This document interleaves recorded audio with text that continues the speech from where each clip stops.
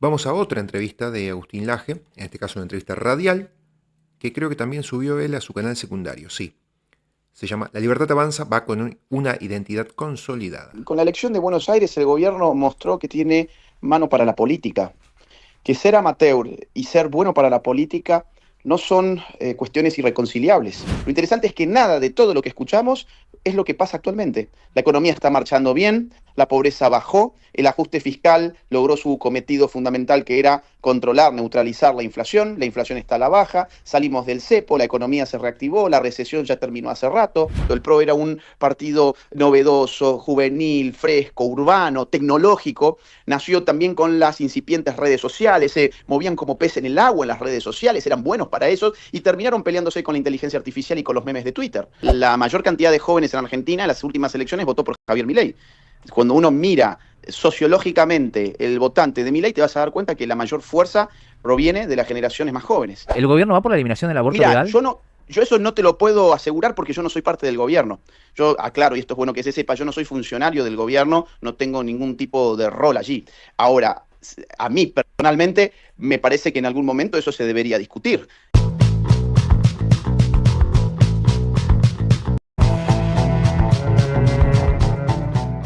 ¿A dónde está y hacia dónde va el gobierno? ¿Cómo marcha la batalla cultural? Vamos a hablar con Agustín Laje. Él es escritor, director de la Fundación Faro, referente libertario. Sepan que ayer la Fundación Faro celebró el encuentro Construyendo Libertad con referentes jóvenes de todo el país y reunió a más de 300.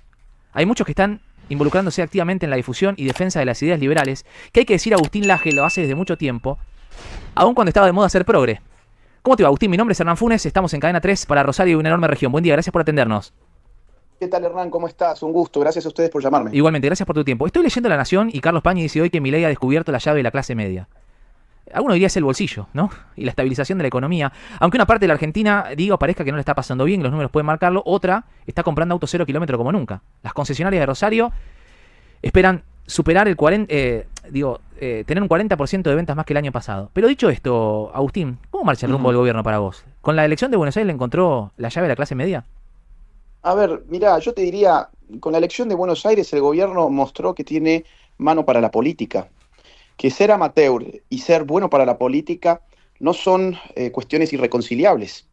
La idea del outsider, que era la idea de Milei, la idea de quien llegaba al poder sin tener ninguna experiencia previa en la gestión del poder, asustaba, o por lo menos era motivo para que la prensa, o para que parte de la prensa, mejor dicho, tratara de agitar fantasmas desestabilizadores en el último año y medio. La idea de no hay rumbo, no hay plan, esto va a volar por los aires, incluso desde la misma campaña, la idea de que con Milei íbamos a tener un dólar en 3.000, en 5.000, incluso llegué a escuchar en 7.000, la idea de que Milei no iba a poder hacer ningún tipo de ajuste fiscal, no iba a poder contener la inflación, iba a generar una recesión desproporcionada, iba a elevar a la estratosfera la pobreza. Hemos escuchado de todo en estos últimos 2 años en Argentina.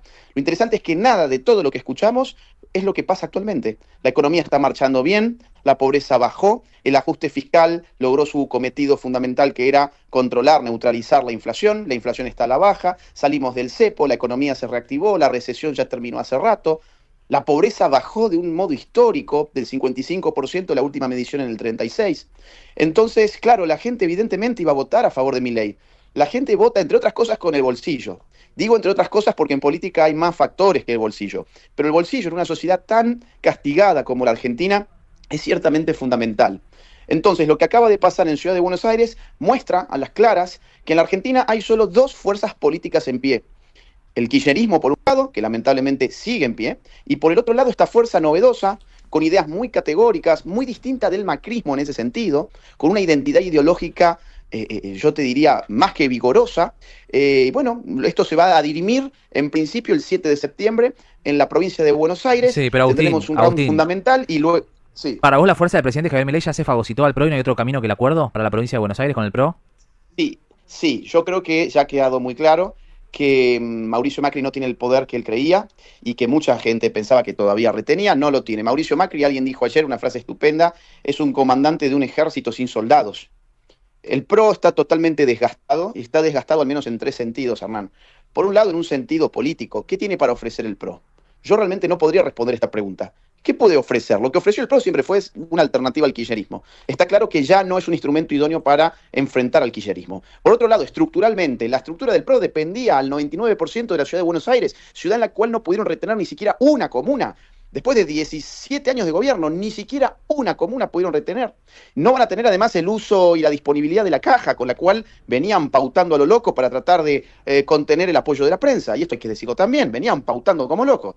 Y por último, no tiene identidad política, hay una dimensión simbológica en la política que el PRO la supo trabajar bien en su momento. El PRO era un partido novedoso, juvenil, fresco, urbano, tecnológico. Nació también con las incipientes redes sociales, se movían como pez en el agua en las redes sociales, eran buenos para eso y terminaron peleándose con la inteligencia artificial y con los memes de Twitter. Entonces el PRO, digamos así, a mi juicio está terminado y ahora vamos a ver, evidentemente van a hacer un esfuerzo por negociar de qué manera se va a las elecciones provinciales en Buenos Aires, pero luego tenemos la madre de todas las batallas, que son las elecciones de octubre, y ahí a mí me parece que la Libertad Avanza va a ir con una identidad más que consolidada. Se entiende. ¿Para vos Adorni fue un respaldo directamente a Milei? Porque es la cara y la voz que todos los días anuncia medidas del gobierno, defiende al presidente, a sus funcionarios. ¿Fue un respaldo a Milei? ¿Una especie de plebiscito? Sí, sin lugar a dudas. Y yo al principio te digo, la verdad, dudaba un poco de la conveniencia de nacionalizar una elección tan local como la de Cava. Para mí, usar un alfil como Adorni en una elección donde se dirimen legisladores porteños me parecía un poco exagerado. Adorni es, sin lugar a dudas, una de las figuras más importantes del gobierno nacional. Pero al final, digamos, quien pensó esta estrategia tuvo toda la razón, porque todo el país miró qué pasaba en las elecciones de Cava y eso marcó el pulso de las elecciones de provincia de Buenos Aires, como las de provincia de Buenos Aires van a marcar el pulso de las de octubre. Lo que la gente votó fue Adorni, que es un hombre totalmente identificado con Milei, y además Milei se puso la campaña al hombro, él fue a recorrer calles junto a Adorni, él hizo el acto en el escenario junto con Adorni, y el día del triunfo habló tanto Adorni como Karina Milei, como Javier Milei. La gente votó a Adorni para apoyar a Milei hasta tal punto que el eslogan de campaña fue Adorni es Milei. Con lo cual sí, fue una suerte de referéndum o de plebiscito. Es Agustín Laje, intelectual libertario, licenciado en Ciencia Política, magíster en Filosofía. ¿Cómo va lo que ustedes llaman la batalla cultural? ¿Se está poniendo de moda entre los jóvenes ser libertario? En algún momento estuvo de moda el pañuelo verde y otras tantas corrientes o discusiones públicas en la Argentina. ¿Se está poniendo de moda entre los jóvenes ser libertario? Mira, vos en tu gentil introducción dijiste algo que ves que yo vengo desde hace mucho tiempo con estas ideas. Yo hoy tengo 36 años y yo vengo con estas ideas desde los 15 años, o sea, más de la mitad de mi vida. Y efectivamente, cuando yo era chico, era muy, muy difícil respaldar estas ideas porque éramos 5 personas en toda la Argentina. Y hoy eso ya no es así, no solo en un componente cuantitativo, sino también cualitativo. Hoy las ideas de derechas y las ideas libertarias son mayoritarias entre los jóvenes, después de muchísimo trabajo. Y esto no es una opinión en el aire, es que la mayor cantidad de jóvenes en Argentina en las últimas elecciones votó por Javier Milei. Cuando uno mira sociológicamente el votante de Milei, te vas a dar cuenta que la mayor fuerza proviene de las generaciones más jóvenes. La batalla cultural viene muy bien porque no se ha abandonado. Lo que suponían muchos analistas políticos era que Javier Milei, una vez conseguido el poder, iba a dedicarse única y exclusivamente a los asuntos económicos e iba a abandonar las discusiones culturales. ¿Cuáles son las discusiones culturales? Bueno, las discusiones que tienen que ver con lo intangible. Por ejemplo, la historia. El gobierno ha impulsado una serie de esfuerzos para, por ejemplo, contrarrestar la historia del setentismo, que fue, digamos, el gran relato kirchnerista. Por otro lado, el curro de los derechos humanos. Se ha enfrentado todo lo que fue la estafa y la corrupción de Madres de Plaza de Mayo y todos los mercaderes de los derechos humanos que se enriquecieron en la Argentina durante por lo menos 2 décadas. O, por ejemplo, los temas de género. Fíjate vos que una de las cajas más importantes de la política fue el Ministerio de la Mujer, los Géneros y las Diversidades, que tenía más financiamiento que el Ministerio de Justicia, que el Ministerio de Seguridad, etc.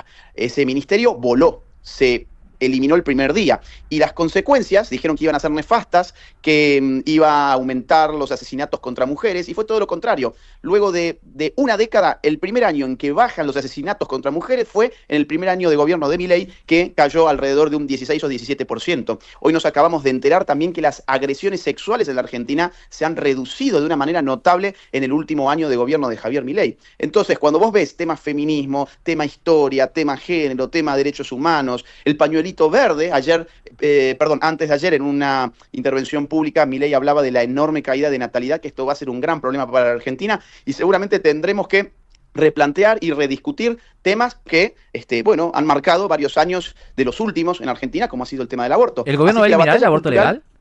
¿Va por la eliminación del aborto? ¿El gobierno va por la eliminación del aborto legal? Yo eso no te lo puedo asegurar porque yo no soy parte del gobierno. Yo aclaro, y esto es bueno que se sepa, yo no soy funcionario del gobierno, no tengo ningún tipo de rol allí.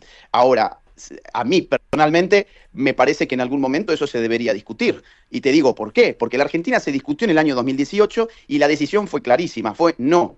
Pero luego, solo 2 años más tarde, con el kirchnerismo en el poder y con todos encerrados por una pandemia, aprovecharon la ocasión para volver a instalar el tema y sin ningún debate nuevo, porque prácticamente no se volvió a debatir porque estábamos todos encerrados, no fue el acontecimiento del 18, fue una cosa totalmente distinta, los diputados levantaron la manito, los senadores levantaron la manito y el aborto se aprobó. Entonces, ojalá, no lo sé, pero ojalá que en algún momento esto vuelva a surgir, y yo estoy seguro que si surge, la historia va a ser bastante distinta. Agustín, ¿hablas con el presidente? Sí, hablo con Javier, Sí, te diría que por lo menos una vez por semana nos comunicamos, aunque sea fugazmente, ¿no? Te quiero preguntar cómo está, si te pregunto, te pide consejos o lo aconsejás sobre algún tema en particular. No. Yo, somos amigos desde el año 2015, 2016 más o menos. Hemos conversado muchísimo sobre muchísimos temas. Cuando tengo ocasión de verlo, hablamos sobre distintas cuestiones. Ahora, yo no soy un asesor suyo. Se entiende. No soy un asesor. ¿Qué le dirías a los que creen que a Milei le conviene que Cristina siga en pie? Que es el rival perfecto. Que es exactamente lo contrario. Lo que está tratando de hacer Javier Milei es vencer a Cristina Kirchner.